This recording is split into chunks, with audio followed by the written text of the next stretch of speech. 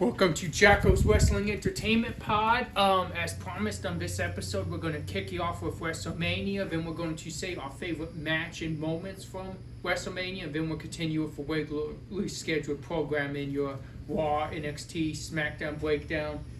Jeremiah. And here we go. Starting you off, WrestleMania Night 2, we kicked you off in a big way. We had the triple threat where kind of unexpectedly Io Sky retained against Bianca and Rhea Ripley. What did you think of this match, and who did you see winning? Because you picked someone else for the prediction, right? You picked Bianca. So what do you think about the swerve? I think all the fans thought this was a swerve. I think the last person people thought would win was Io Sky. What do you think of the match, and what do you think of the result?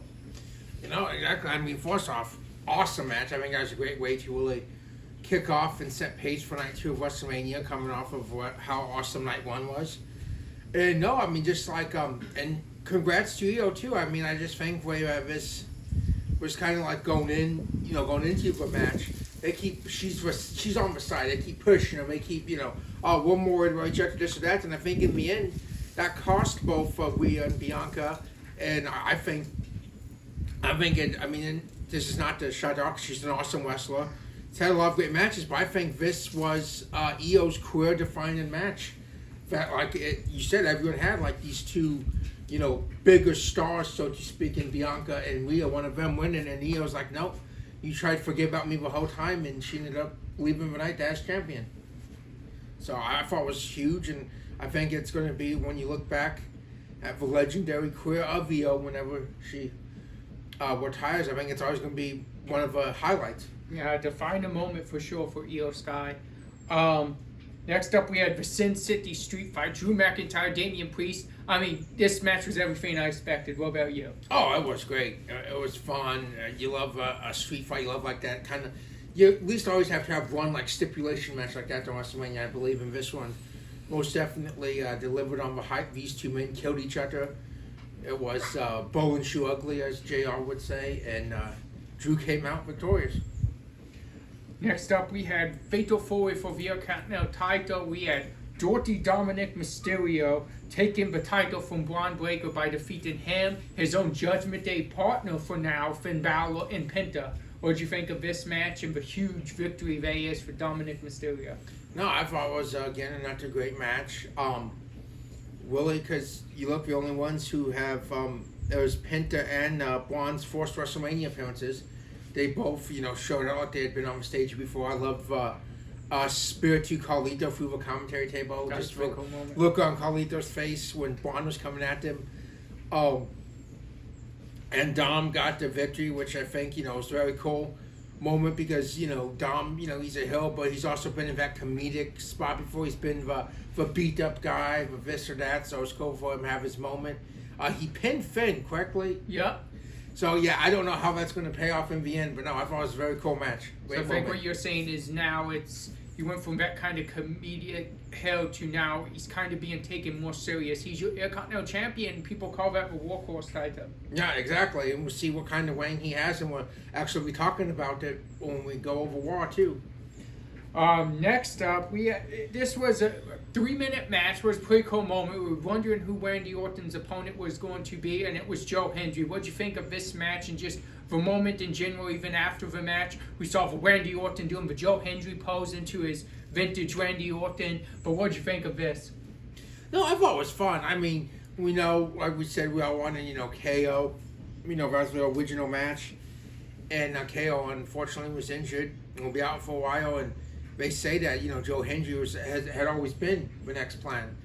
And everyone's saying, oh, it was a long match. Oh, they buried Joe Hendry. No, that's not true. This was a WrestleMania moment match. That's what it was.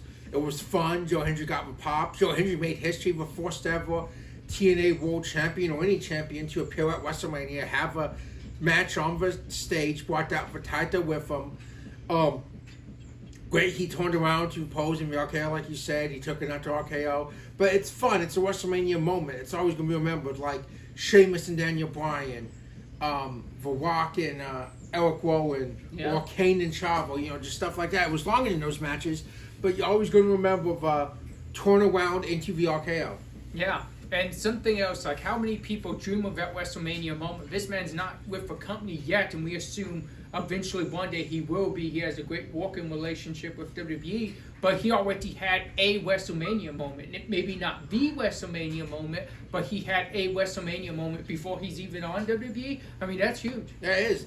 Yeah, it's gonna be one of ones that will live on for years. That will you look back and it'll make memes and make gifs out of it. And when they're showing like just different WrestleMania moments, it's gonna be on there because it was just very cool setup how it was done. And then you said Randy even had fun afterwards. So no, I mean, awesome moment and congrats to Joe Hendry.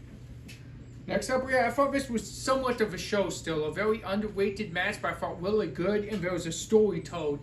Logan Paul, AJ Styles, what do you make of this match? What do you think of the Karrion Kross coming out, and do you think it's leading to possible a big AJ Styles Karrion Kross rivalry coming up? I think it should. I think you really should capitalize on it. And no, I'm with you. This was very underestimated match. Even now, I don't think people are talking about it where they should. Very good match.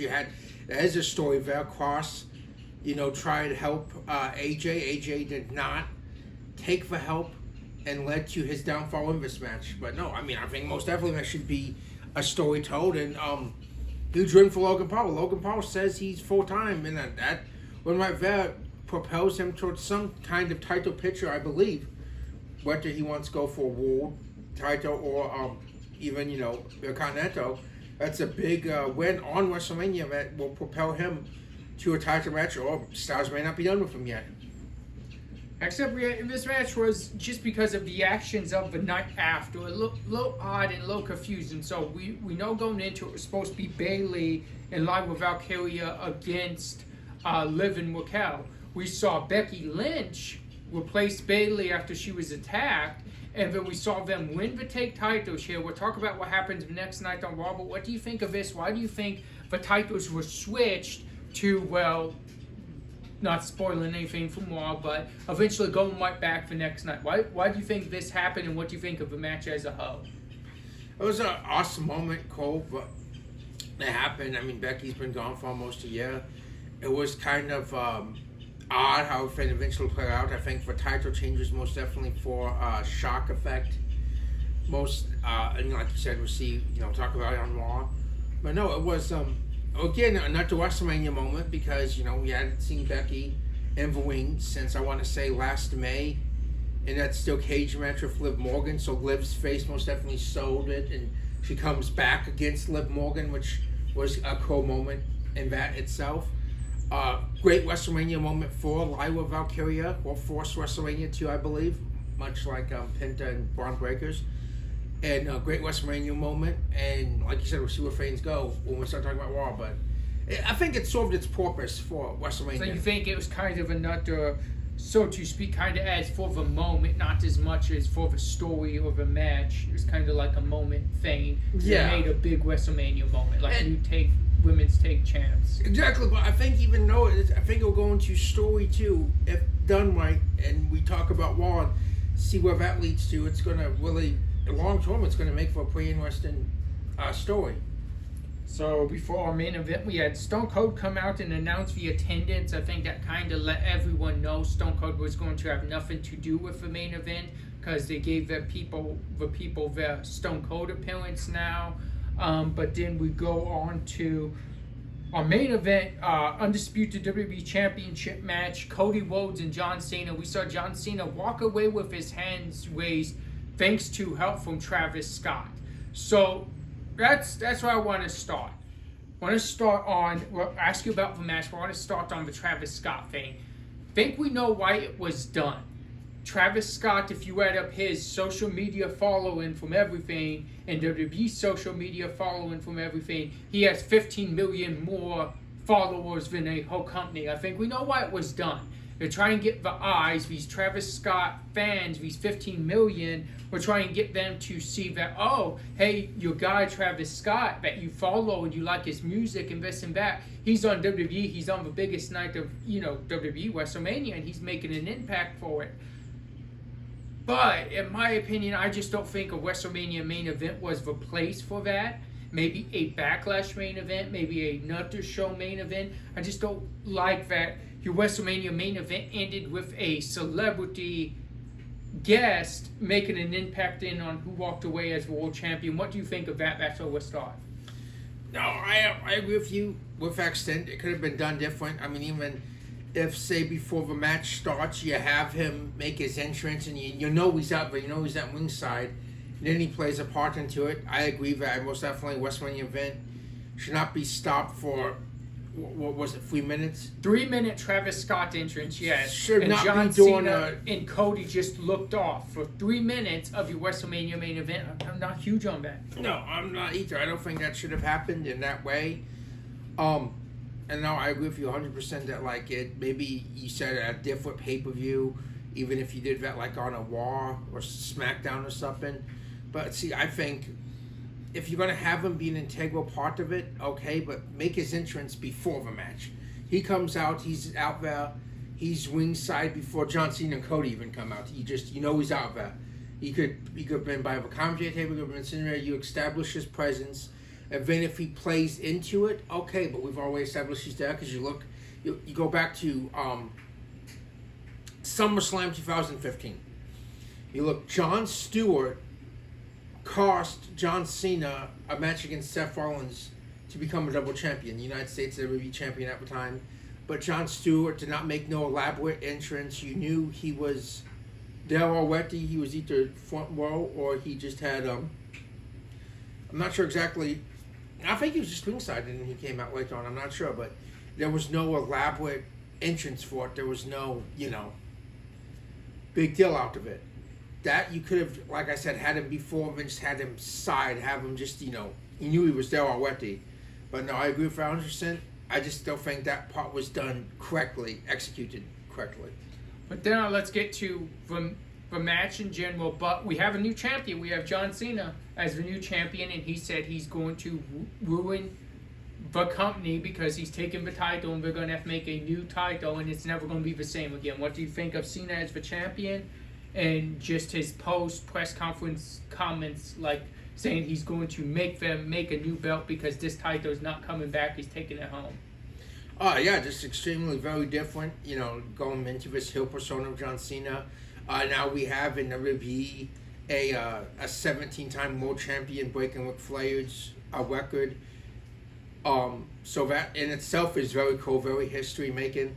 Yeah, John Cena, again, like I said, most definitely going in with his heel character, kind of resembles CM Punk a little bit in 2011 when CM Punk said he was going to, get the title, leave the company as champion, and they'd have to crown a new champion, which they did until he came back a couple weeks later.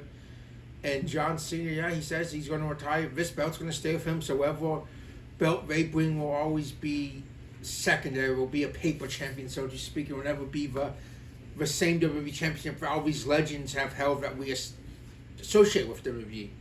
So no, I think that's huge, and we'll have to see what John Cena does with that going forward. So we're going to start with this. For WrestleMania, as promised, it's going to be its own little special thing real quick. I'm going to do two different things. We're going to start with favorite moment, and then we're going to each give our top 3 matches counting up from 3 all the way up to number 1. So let's start with moment. Favorite Mania moment. It can be someone winning a title, something that happens after a match, or a moment in a match. What do you have? Favorite WrestleMania moment? I'd have to say for the moment, I'd say I'd give it John Cena winning his 17th title. Just for the history that is. John Cena, again, very much wrestled this match different to a great extent, very hillish. But I'd say the moment itself is the 17th World Championship. For my moment, I'm going to go Joe Hendry-Randy match. It was, like I said, it wasn't much of a match. It was more of a moment. I'm just going to go that as a whole. Joe Hendry being the opponent, turning around into the RKO, and then the Randy Orton turning into his Randy Orton pose. Now let's start off with match number 3. So you give your number 3 first. I'll get my number 2 first, and you can give your number 1 first. So what do you have? Match number 3 on your top 3 Mania matches. Man, that stuff, like we said, it was a fun show. It was really stacked both nights. And I think for number 3, I am going to have to go with Drew and Priest in that Sin City street fight. Just hard hitting, lived up to expectations, everything you'd expect a street fight to be. So I will have to name that number 3 match. I'm gonna agree with you. I'm gonna go Drew, Damien. I felt that was an amazing match. I don't think you could have asked for anything more. It was hard hitting. It was physical.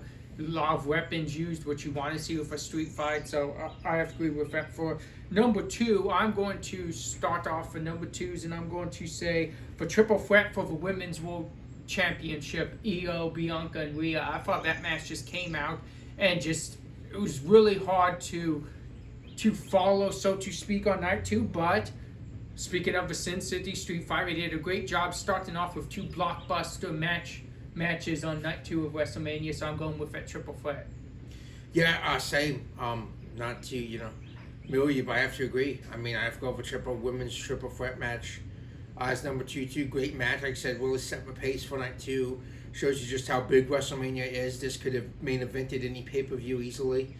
And a great match. And like we said, the surprise swerve with Rhea winning. Like I said, most people had everyone kind of ruled her out. If I'd be Rhea or Bianca. And a great match and awesome win for Io. You said I named number 1 for us? Number 1. And to stick with triple threat match, but the match of WrestleMania 41, both nights in my opinion, was Roman, Seth Rollins, and CM Punk. That was just so huge. Had the big WrestleMania feel to it, of betrayal, the shock and awe of this new alliance, of Paul Heyman and Seth Rollins, and just the entrances to Live in Color, performing Culture Personality Live. Just had everything there that you look for in a WrestleMania main event. So that I have to name the number 1 match of WrestleMania 41 weekend. Again, not to just look the same, but no, I have to agree. As soon as I saw that triple threat and I saw it end, I knew it was going to have to be something amazingly done on night 2. Not to say there wasn't, but just something way out there, better than that. And it's hard, just even what you said, everything but star power. Like, you had 3 of the biggest stars in the whole company main eventing, and not for a championship. So the fighting is because of like the hatred towards each other, and I think that just made it hard hitting, physical. And I agree with you on that. Yeah, it was a grudge match, triple threat to main event. That one of WrestleMania, you didn't need a title. You didn't. Just star power and the hatred they have for one another alone did it. Start off now on Monday Night Raw. We had John Cena promo. During John Cena's promo, at the end of it, he's doing a pose. And during this pose, he got RKO'd. What do you think of his promo? What do you think of it? Looks like it's setting the table for Randy and Cena at Backlash. Yeah, most definitely. A promo was good. He went back. He was saying he only has this. I told you I only had 36 dates or something like that at the beginning of the year. We're down to this many dates. After these dates, I'm staying champion and going into he's going home and taking title with him, and cutting up with fans, and then even said, you boo Cody and why Cody's been here for you for the last year. It proves my point of how horrible people you are. And then I loved how he set up. Take your get your cameras out now. Take this picture because you're going to want to remember this moment. And as he's posing, Randy Orton creeps up behind and hits the RKO. Looks at that title and lays it back on him. Great foreshadowing for later on in the week that we'll get to. Next up, we had we kind of spoke somewhat on it a little bit, but we had Liv Morgan and Raquel regaining their women's tag team champions, defeating Becky and Valkyria. But after that, we would see Becky turn on Valkyria and just leave her laying in the ring. What do you think of the match, and what do you think of this Becky Lynch heel turn? Really good match. I will have to say that. This match, probably just more time given in a different spot. I honestly think was a better match than the WrestleMania one. Yeah. Just longer, better paced. And no, it's very interesting. Becky, we know she has a history, face and heel. She had been face for a while. Heel fade. This is all speculation. No one knows. A lot of people think she's going to align with her husband and Paul Heyman, which would be extremely interesting. But either way, this is going to be great for Lyra Valkyria. I mean, long-term storytelling. She's already first woman to ever hold the tag title and Intercontinental title at the same time because she's the only women's Intercontinental champion so far. And going into now, look, will be a rivalry for Becky, and Becky's probably going for a title she's never held. Yeah. She's held everything else, but she's never had the Continental United States because they weren't there till more recent. So, no, I think it's going to pay off very well, everything. And just shout out to Liv and Raquel. I think they've won them 3 or 4 times together, women's tag titles. So, that is an awesome moment. Next up, we had the New Day breaking on their tag title victories over the War Raiders. When that happened, we see Alpha Academy interrupt them. They wanted a tag title match. New Day was saying, okay, come on in the ring and get some. As they were coming in the ring, we saw Rusev return. And he ended up, New Day fled. But Rusev ended up laying out both Akira Tozawa and Otis. What do you think of the return of the Bulgarian Brute Rusev? No, I think it was awesome. Done very well, done cool. Like New Day, hesitant. They set the match. They're in street clothes and everything. And we're going to see the match. It goes out dark. New music, new everything for Rusev since he was last there. Different presentation. And yeah, I mean, and everyone's like, is he a face or heel? Right now, we don't know. He could lean more towards heel, but it could just be destruction because let's be honest. Had New Day not fled, he would have hit New Day too. Oh, yeah. Rusev was going to hit anyone that was in that wing. And I think that's what you want to establish as when he was in WWE, when he was at his best, he was just that monster. And I think there's no other reason to really establish him as anything else but just that monster. And monsters don't care what they hit. Yeah, exactly. We see Braun Strowman all the time. So, no, I think it's awesome. It's great to see him back. I mean, very great career in WWE before, then things changed and, eventually left for AEW. Very hot and cold over there. So I think Triple H is really going to utilize him good. We know he has a personality and just a heck of a wrestler, very intimidating. The accolades, one of those great old school submissions, a version of a camel clutch that you're just one of those things where you can lock someone in and it's believable that anyone could pass out or tap out to it. So much like Gunther's sleeper hold. So very interesting to see what goes on with Rusev going forward. Except we had what I thought was a really cool moment. We always look for the Raw after WrestleMania, the Smackdown after WrestleMania. We look up for these NXT call-ups. On this Raw, we had Io Sky talking about what she did at WrestleMania as we spoke on. Huge moment.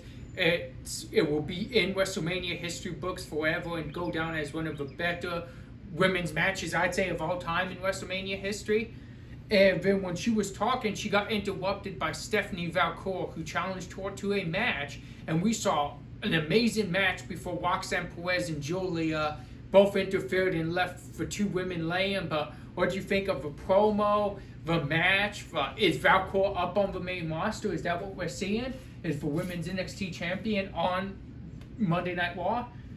I don't know. I mean, that is a huge question mark. It really is because we really have not had that sort in confirmation yet. And no, I mean, amazing match. I mean, it was one of the highlights of the week. I mean, just great match between both of them. And no, I mean, that is a huge question mark. Is Valcour moving up to the main roster? Is Roxanne going up to the main roster? Is Julia going up to the main roster? All 3 women most definitely made an impact. And then, Rhea would even make an appearance, chase off Julia, Roxanne, and tell Io she's not done with her yet. She's coming for that. So. And something else I want to ask you on. So we saw Julia go off for a while. We heard passport issues and stuff like that. It got fixed. But when she came back, did she become a heel when she came back? Because we saw her hit Stephanie Valcour, but then when she hit her, she said, "I'm sorry, I want the title." But now she's coming out and she's attacking Valcour and Io with Roxanne Perez. So is she fully heel turned? I believe so. I mean, most definitely very heel-like actions. And even though after the fact of when she came back and hit Valcour, she put her foot over her head, which was not face-like at all. And yeah, aligning with Roxanne, I think so. I think right now it most definitely looks like she is turned heel after losing the title, which was originally a friendly match. I don't think it's that way anymore. If we do see one-on-one, I see Julia being very underhanded wherever it takes to win this time. So no, I actually think she did until proven wrong or see otherwise. Next up, we had the Jey Uso celebration. We've all been waiting for this moment. He finally beat Gunther. It seems like for the time being, he put Gunther in the past. He put him behind him. But then we also saw the return of Sami Zayn to congratulate him. Jimmy Uso would also come out, but huge Jey Uso celebration. What do you think of this? Oh, awesome, fun moment. Like you said, we've all been waiting for it for the fans that's really been behind Jay and just combination of all the hard work he's done. I mean, we know the Usos' legendary tag team did awesome, but you look at this last 5 years, you look at the right-hand man to Roman Reigns being his lackey, so to speak, in the sense of we saw it, during the very early part of Roman's reign.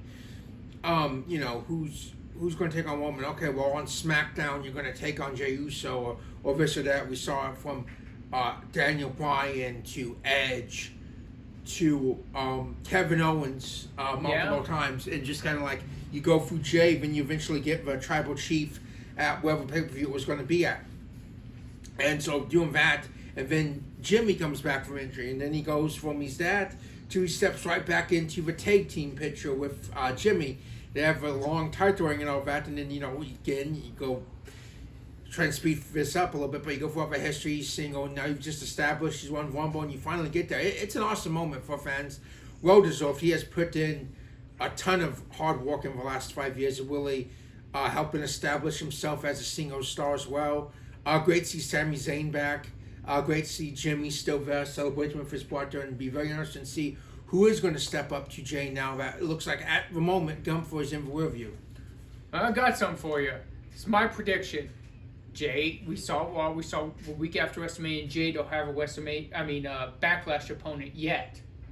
I'm going to go out on a limb. I'm going to say with the celebration and this and that, they say keep your friends close but your enemies close. Or what if Jimmy Uso or Sami Zayn makes the turn and they're Jay's next rivalry, next big opponent? That could happen, and I think if one of the two, I think it'd be Sami. Right now, the fact that he was saying he was at WrestleMania, but he was so happy, he wishes he could have been there, but he was so happy for Jay. I mean, we just saw the Jimmy one done a couple years ago, even played into last year's WrestleMania. So I think that could happen, but if I'm predicting one of the two, I think Sami. We know his history. Sami's been a face now for a while, which is something that usually don't last too long with Sami. He usually goes back and forth kind of like Kevin Owens. And that would be a great match for a Backlash. Next up, we had Gunther come out, and he wasn't after Jey Uso when he came out. It was Jey Uso left. He came out, and he went after to strike Michael Cole. He had him by the neck, and then that's when Pat stepped up, and Pat ended up getting put in the sleeper hold, and we saw Pat coughing, choking on his way out. He couldn't even commentate anymore. Michael Cole would return to the desk. But what do you think of this? Where's this going? Gunther's assaulting commentators now. These guys are announcers. Their job is not to wrestle, but Gunther's assaulting them. Where do you think this is going? Well, I think first off, Gunther's reason will be because they were so behind Jey Uso, he felt like it was biased and disrespectful to himself. And yeah, most definitely. Like I said, it's on the job. But I do think it's going somewhere. They announced Gunther suspended, so it might be off for a little bit. Maybe take some time off after being world champion. But this is a prediction. This was put back in October. We did the moment at Hell in a Cell with Goldberg and Gunther.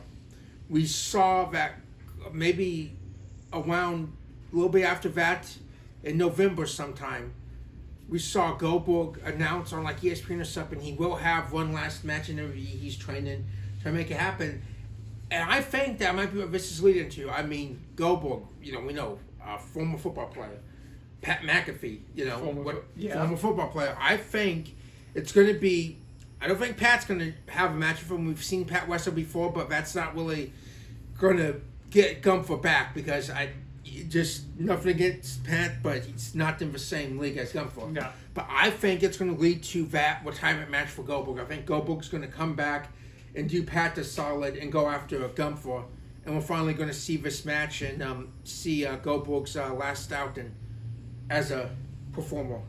So we had a Dominic Mysterio Penta match, and before the end of the match, we would also see the return of JD McDonough, and everyone in the Judgment Day looked pretty happy as Dom picked up a victory over Penta, except for Mr. Finn Balor. So, what do you think of the match? We saw JD's return, but also what do you think of Finn Balor? Is Finn Balor like close to leaving the Judgment Day? JD's one of his best and closest friends. He didn't even look happy that JD McDonough was back and helping Dom. Yeah, well, like I said, to answer your question, well, answer parts here. Match was awesome, very good back and forth.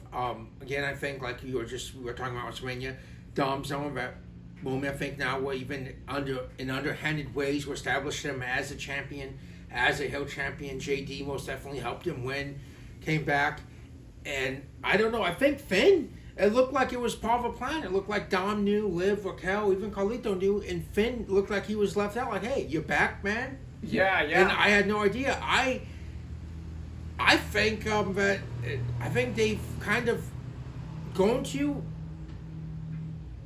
I think Finn might be on his way out, but I just wonder here is the fans. A lot of fans were happy for Dom cheering at WrestleMania, but is Finn going to be the face if the rest of them kick him out? You'd have to think, or I don't see. Dom got some crowd reaction, but I don't see JD, Carlito, especially Liv and Raquel being faces. They're going way. So I mean, is Finn the face, or are they just kicking him out? I don't know, but I most definitely don't think Finn's going to be in there much longer. No, I don't. Next up, we saw Paul coming out to explain what he did, explain his actions. Saw Seth Rollins talking a little bit before they could even talk. We would see Punk come out, then Roman come out, and it was just a brawl. Punk and Roman did not want to talk.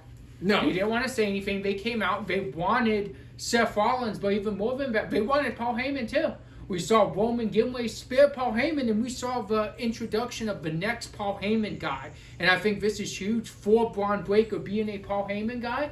But at the end, we saw Braun Breaker and Seth standing tall over CM and Roman. Do you think we possibly get a Backlash tag team match? Does Punk and Roman put their differences aside? I think so. I think we're most definitely into that. And I think that'd be huge for Backlash. I mean, already, we'll get to it on Smackdown. Already a huge main event conformed for Backlash. I think that'd be really awesome. And yeah, I mean, it's great. It's like Braun's now got into that up. He was a great Intercontinental Champion. That's behind him now. Looks like he's moving up more towards the main event now. Aligned with Paul Heyman, aligned with Seth Rollins is really going to help out his career. A lot of people make some Evolution comparisons. We don't know if they add more members or not, but just you have two veterans like that. That is Seth Rollins and Paul Heyman is going to elevate any younger superstar's career. So I think Braun Breaker's on a great path now that will probably define the rest of his career as a main event caliber. And I know we talked about this a little bit with Jacob Fatu when he was beating up Roman Reigns, but what about the sell job of how Roman Reigns put that Braun Breaker spear over? Because Roman sold that as if Braun Breaker cut him in half. Yeah, exactly. And Roman had all the momentum at that point, and Braun just took him down. And like you said, no, he did. He made it look really good. And then Punk got another spear too as he's coming up. But it almost looked like Braun was going to hit Rollins for a second. But then, camera zooms and you see Punk. And no, I think a great job. And like you said, they both went after Heyman. Although unlike Punk, Roman did get a more satisfying shot with a Superman punch. As Punk just had him by the neck in the corner. Yeah. But no, I think it was definitely awesome, and I think, like you said, hopefully we get a tag team match at Backlash. I think Roman and Punk have realized individually they're not going to get their hands on Heyman or beat the odds by themselves, but if they form together, they stand a way better chance. That's very true. Now, moving on to NXT, we kicked off with the Women's Tag Championship match that we were promised after Stand and Deliver. We had Gigi Dolan and Tatum Paxley get so close but just not finish winning the tag titles against Liv and Raquel. And what do you make of this match? But also, do you think Liv and Raquel is going to be fighting champions? Or are we going to see more possible NXT, maybe SmackDown title defenses? Oh, I believe so. I believe most definitely we have the heel champions, but we have been fighting champions, though. Like we said, like now, that was their fourth straight night wrestling, so just really shows workhorses from both of those women. And no, great match. They did a good job. Paxley and Gigi did a great job. I think Liv and Raquel really helped emphasize how good they are. Really helped put them over a little bit by giving them a really good match and a decent spotlight. And I would not hurt my feelings to see what two teams go again. That was a really good match. And like I said, they came close, but Liv and Raquel just got them by a little bit. Up next, we had Lexis King interrupt Ricky Saints. Big Ricky Saints talking about what he did to Ethan Page, how he's still champion no matter what. He's a fighting champion. We saw Lexis King say he's next. And we also saw Lexis King, after that, drop his Heritage Cup back to kind of the originator of this Heritage Cup, so to speak, Noam Dar. What did you make of Lexis King stepping up to Saints, and what do you make of him dropping that Heritage Cup back to Noam Dar?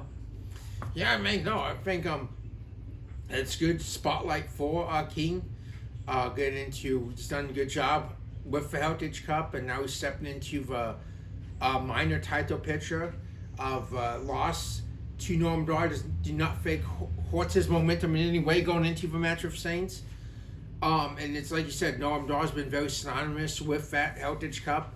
So nice return for him from injury. We'll see where he goes with it. But no, I think it's very nice shot for Lexis King. See what him and Saints can do. Lexis King is another one that, like you've just seen over the years. He's came to NXT.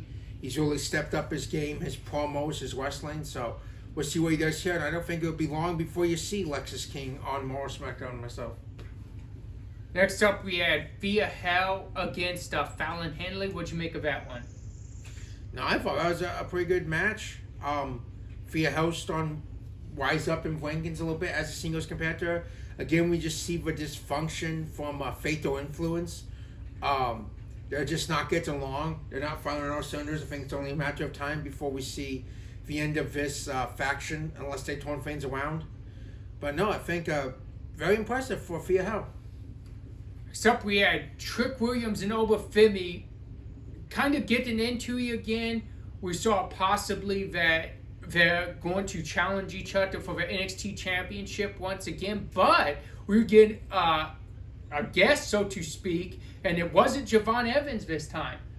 This time it was the TNA World Champion. We spoke about him at WrestleMania. It was Joe Hendry, and Joe Hendry and Oba Femi would, after this promo, team up and get rid of Trick Williams and then kind of stare each other down. Do you think we're setting up for a world?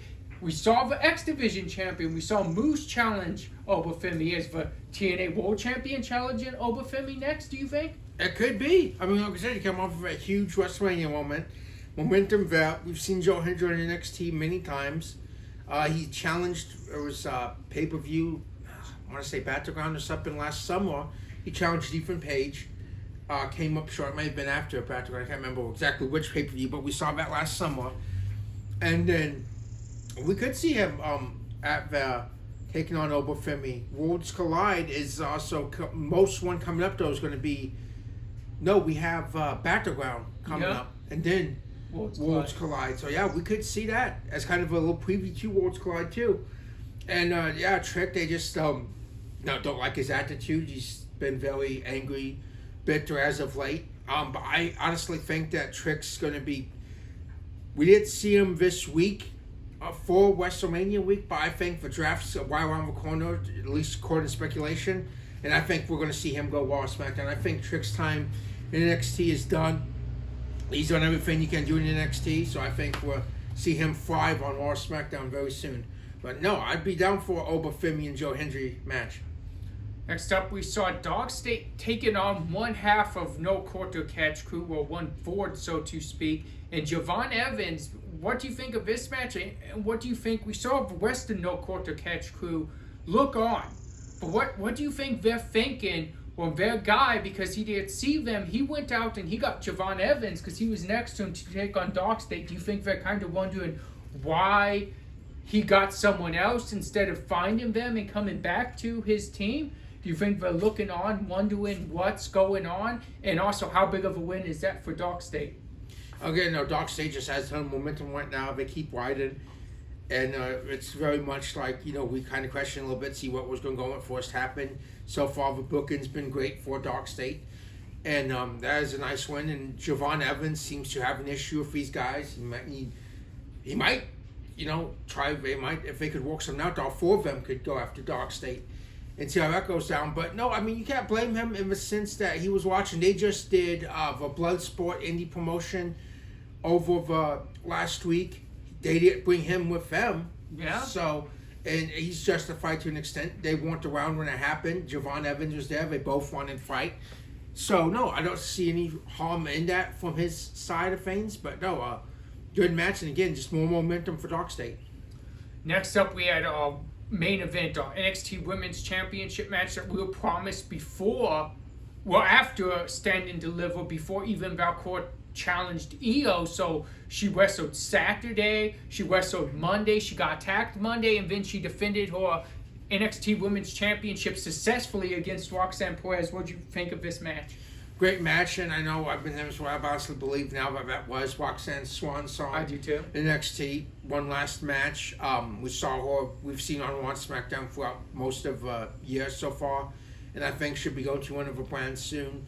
And yeah, again, great performance by Valcourt, and just be very interested to see what's next for Valcourt, since you teased a Raw appearance, she had a Raw appearance, but I mean, is she main roster bound? We'll have to see. But no, awesome match. She did a great job defending the championship. Next up, starting on SmackDown, we saw a big, 25-minute promo back and forth between John Cena and Randy Orton. It would end with Randy challenging John to a match. Cena trying to get the jump on Randy laying him out with an RKO. What'd you think of this? They got time. They got 25 minutes to verbally go back and forth. What did you make of this?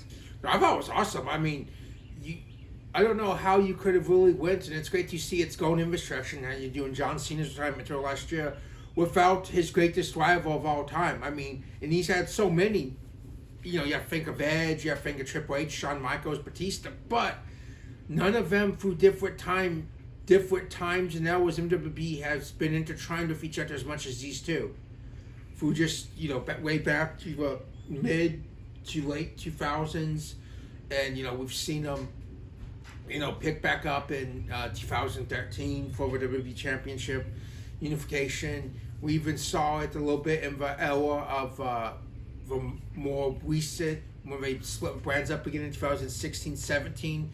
We saw these two guys. They've just been throughout different eras. So they've been so intertwined with one another. The history they have a great promo back and forth. Randy even alluding to what us fans have thought, wow, we've never seen this way of it, where Randy's the face, John's the heel. And, he's even, saying that Cena should be a parent, getting a little kind of personal there.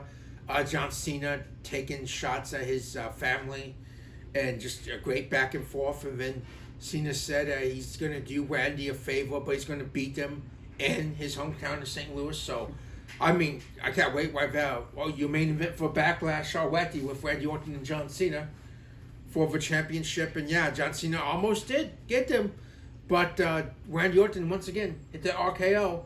And but great segment. Great way to kick off SmackDown, I thought. And next up, we learned that Fraxium is new members of the SmackDown roster for the time being, because we know the draft's coming up. But they got a big win over Angel and Borto. But before I ask about the match, just think of the matchups we can see. We already have this amazing tag team division showcased later on in SmackDown.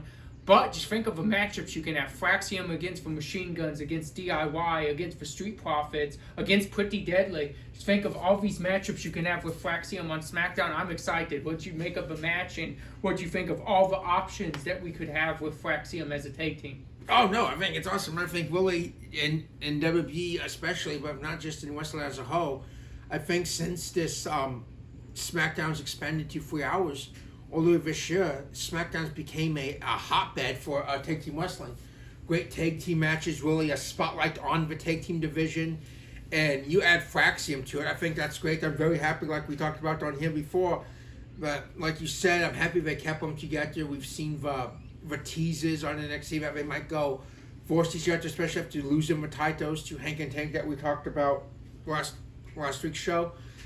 But I'm very happy to see them as a tag team and see them join SmackDown. Like you said, I can't wait for any of those matches, and I bet we'll see them all, depending on where all these teams stay or what happens in the draft. But no, it's going to be awesome. And yeah, like I said, we're most definitely thinking about tag team division and that main event later on. Next up, we had Tiffany Stratton talking about what she did at WrestleMania. She beat one of the greatest of all time. She beat Charlotte Flair in what was just a brawl. She even admitted it was not a pretty match, but she did what she had to get done, and she put Charlotte behind her. We'd see Jade come out. We'd see a match between Stratton and Jade that would get interrupted by Naomi and Nia Jax. So what do you think of this? And like, is Naomi and Nia like maybe an unlikely alliance, even if it's just long enough to get back at their counterparts? I don't know. That's very interesting, but no, another fun match. Again, one you hadn't seen before, first time I believe. No, they did on the tournament last year, but still, first time for the World Championship. She was trying to, Jade. She has all the momentum in World coming off of it when against Naomi, but Naomi's not done. She's not in a rear view, pun intended. And Nia, you hadn't seen since Elimination Chamber, but she's come back, making an impact, and she still wants. Yeah, she still wants that championship. So no, I mean we could possibly see maybe a fatal 4-way at Backlash, which I don't think any of us would complain about that. Oh no. Next up, we had Jacob Fatu celebrating his title. He would be interrupted by Drew McIntyre, by LA Knight, and it would lead to a number of contenders for the U.S. title between Drew and LA Knight. What did you make of this promo? No, I thought it was awesome. Again, credit to Jacob Fatu, great worker. He has that championship. It's going to be easier said than done to take that from him. LA Knight, he wants it back. Solo is still, I still don't trust Solo 100%. I think he's going to eventually maybe turn on Fatu, but Drew just so as his heir to everything and what people are saying. He goes, I saw the show with WWE Championship at WrestleMania, so everything that happened, and saw that the world title here, the more wrestling championship here is the United States Championship. I think kind of taking a shot at the Travis Scott stuff it very subtly, but I think most fans picked up on that. But yeah, Drew McIntyre, Jacob Fatu. Wow, that's a dream match. That is. I'd be down to see that one. Speaking of United States Championship, next we saw a new women's U.S. title. And mind you, this is the first time that the women's or Intercontinental title has changed hands since both of them were made.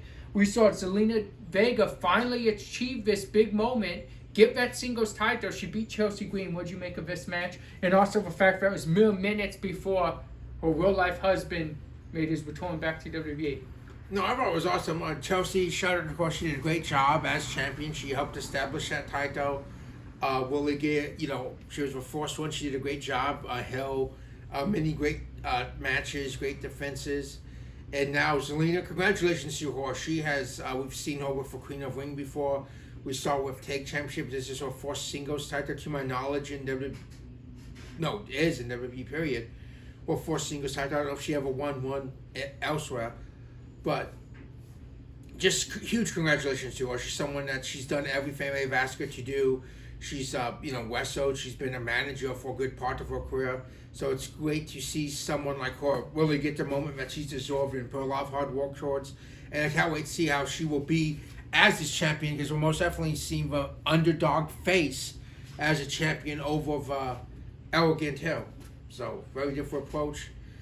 And like you said about the following moment, I'm sure she was very happy. Yeah.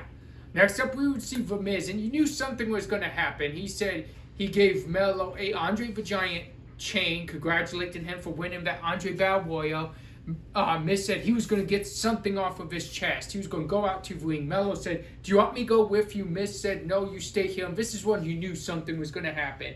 Miz Rialve was cutting his promo. He's saying he deserves more respect, and maybe he's right on that account. But before he could finish what he was saying, we saw the return of Aleister Black.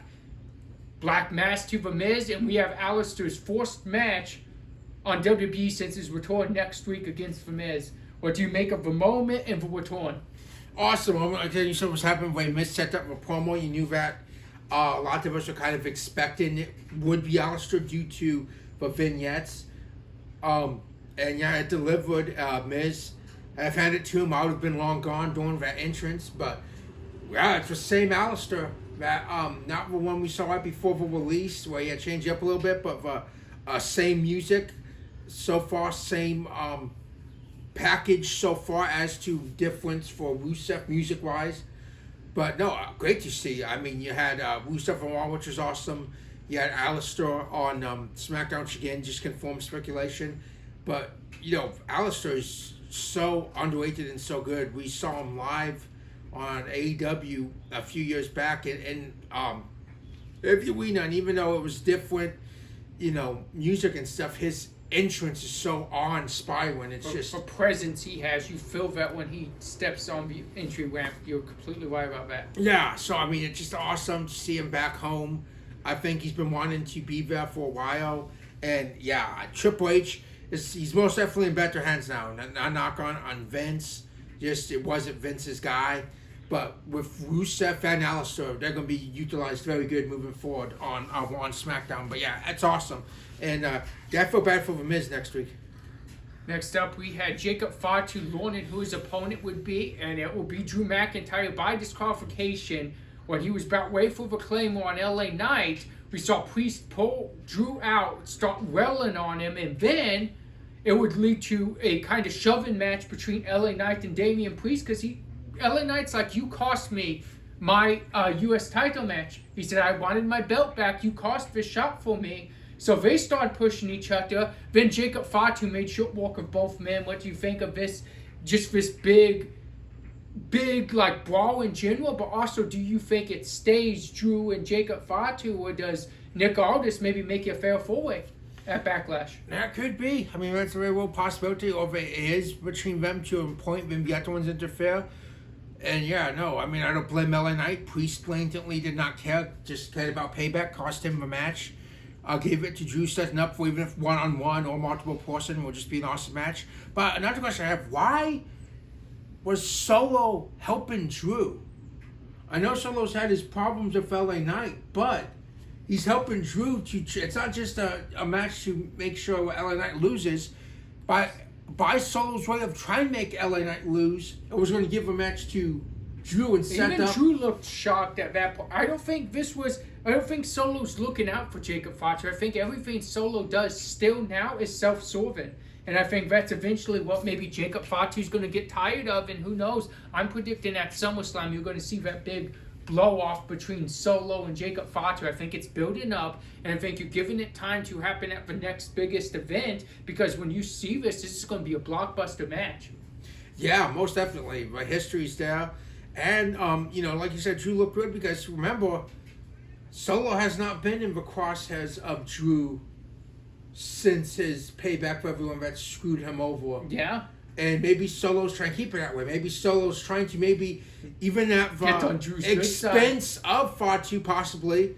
Because, and it's not knocking LA Knight. That's an awesome competitor, but Fatu's familiar with LA Knight. Drew is someone Fatu's never crossed paths with in a match, to my knowledge. So that's very unfamiliar territory that Solo could have been setting up. Very dangerous for Jacob Fatu because we know Drew is a very psychotic individual that do have what it takes to win. Yeah, that's very true, Val. Next up, what more can you say than wow? For Tag Team Triple Threat TLC main event, DIY, Street Profits, Machine Guns. Profits walked away champions, but I don't think anyone really lost this match. I always say it's not about who goes over, who gets over. I think all three tag teams got over. I think you saw the best from everyone in that match. I think the light was shined on all six men. And what'd you make of this match? But what much more can you say? But wow, just awe-inspiring match. No, it was great. It was awesome. Awesome way to finish off WrestleMania week, to cap off what was a great week. Like we were saying before going into it, if you're a WWE fan, a wrestling fan in general, what was there not to be happy about? What was to not enjoy about the week? It was an awesome, fun week. And that was just a great way to cap you off, in my opinion.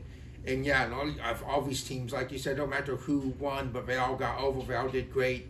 And not to my knowledge, but I can't wait to see if we hear anything from like Dudley's, Edge, Christian, or Hardy's from it, because if they watch, they have to be proud. Yeah.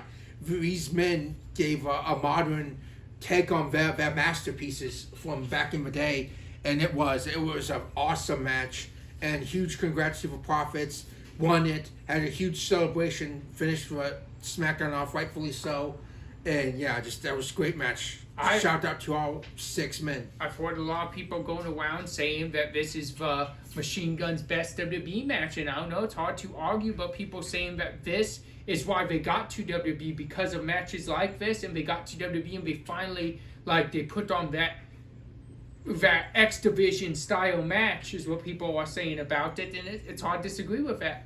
Yeah, no, it's very hard to disagree with that. And again, it's just a shout out to the Guns, and that's not the thing that we are be thankful for the Triple H era in creative, because I don't know if they would have got that shot in the old regime. But with Triple H, if you're a wrestling fan outside of WWE for the last 20 years, you know who the Machine Guns are. You go back to you know who they were before they start teaming up together, and a legendary tag team, and they're getting a great chance to be in WWE and finish out their careers there, which is awesome. And yeah, I think so far to date, even though they did not win, I would have to say, in my opinion, it's been the best match in WWE so far, and just a great match for all the men involved. Now let's get to our match of the week and MVP of the week. Who do you have for us? Okay, so as you know, as you said, WrestleMania, that was done as its own thing. So we're gonna go on Raw. We're gonna name the Tag Championship rematch between Becky and Lyra and Liv and Raquel. We're gonna name Penta and Dominic, and we're gonna name Valcor and Io. We're gonna go to NXT. We're gonna name the women's tag title match between Raquel, Liv, and Gigi and Tatum. We're going to go to the main event and name Valcor and Roxanne. And we're going to jump to SmackDown. And we are going to name Fraxium's debut match. Really good match. And we're going to name that main event TLC tag team we were just talking about. And all great matches. I most definitely want to say that on a normal week, multiple ones of these matches could have been match of week. I have to give an honorable mention to Valcor and Io, but I have to go for that TLC tag team match. It was just a really fun match, great way to just, I said, cap off a week. And then for the MVP, we put a little bit of WrestleMania in this because it's not the match for MVP.